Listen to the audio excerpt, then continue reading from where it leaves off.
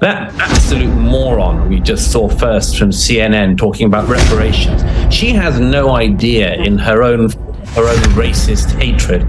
Joining me now is Douglas Murray, Associate Editor of The Spectator and the best-selling author of The War on the West. Douglas, we've seen an outpouring of grief and gratitude after the Queen's death, but also it's revealed just how twisted and divorced from reality some leftist publications have become, none more so than the New York Times.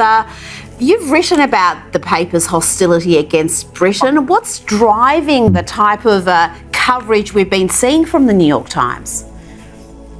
Well, I'm afraid that the New York Times, I've written about this quite a number of times in recent years, since 2016 has just had an unbelievable animus against Great Britain. It seems not to have been able to forgive the populace for the democratic vote that meant that we voted for Brexit.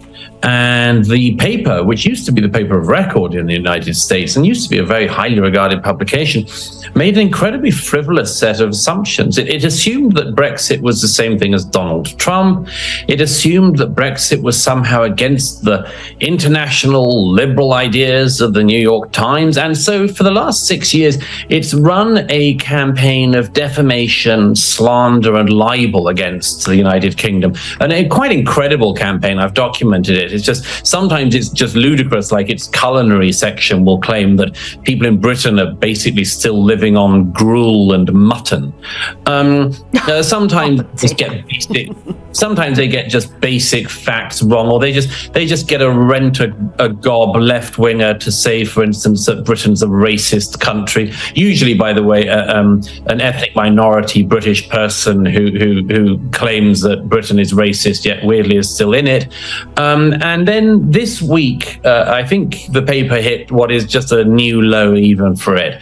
Within hours of the news of the death of Her Majesty Queen Elizabeth II, the newspaper decided to immediately run an incredibly hostile piece by a left-wing non-entity academic talking about colonialism, empire, and the crimes of colonialism, and that Elizabeth II had much to answer for, and this sort of thing. They didn't even leave it 24 hours before doing this. And we've seen in the days since other left-wing media join in. CNN, MSNBC, they've all decided to display not just animus against the Crown and against Great Britain and the Commonwealth, they've also decided to display their extraordinary ignorance of history. I mean, they seem to believe that, for instance, Elizabeth II oversaw the empire. They seem to believe the British royal family made its wealth from colonialism. They seem to think that the colonial era was so terrible that the Commonwealth countries must have been strong-armed into joining the Commonwealth. They've totally ignored the fact, of course, that every Commonwealth country's leadership, quite understandably, has been expressing their mourning and grief for the loss of Elizabeth II. And why would that be if she was such a tyrannical ruler? Only because that's in the head of these very twisted, spiteful, hateful people like the New York Times. It's quite amazing to watch and very disturbing, because it's a reminder, if I can say so, that, institutions like the New York Times used to be great institutions, and they've been destroyed by hatred. And that's the exact opposite of what Queen Elizabeth showed in her own lifetime, which is that you build institutions with love and loyalty. And that's something that the CNN, MSNBC, the New York Times, they wouldn't understand the language we were speaking in there. No, and it's not just the hate. As you said, it's the historical ignorance, which is astonishing, particularly when it comes from people you'd think would have a grasp of history. They're academics, they're members of the media, the working media. You mentioned some of the other outlets, CNN, The View on the ABC. Let's just have a look at some of these examples. This idea of how the royal family, how this family grapples with its history and legacy of colonialism, of slavery, of the potential paying of reparations is a really important one. And I think that King Charles understands that his job is, yes, as a monarch, but he is also an anchor for this Commonwealth. She said, a thieving, raping, genocidal empire is finally dying. May her pain be excruciating. It was a thieving, raping, genocidal but I think empire. I'm lost for words. Step in. First of all, if the British Empire had been genocidal, the people in question wouldn't be alive. They wouldn't be speaking. If the British Empire had been a genocidal empire, it would have tried to kill all of the people under its rule. It did no such thing.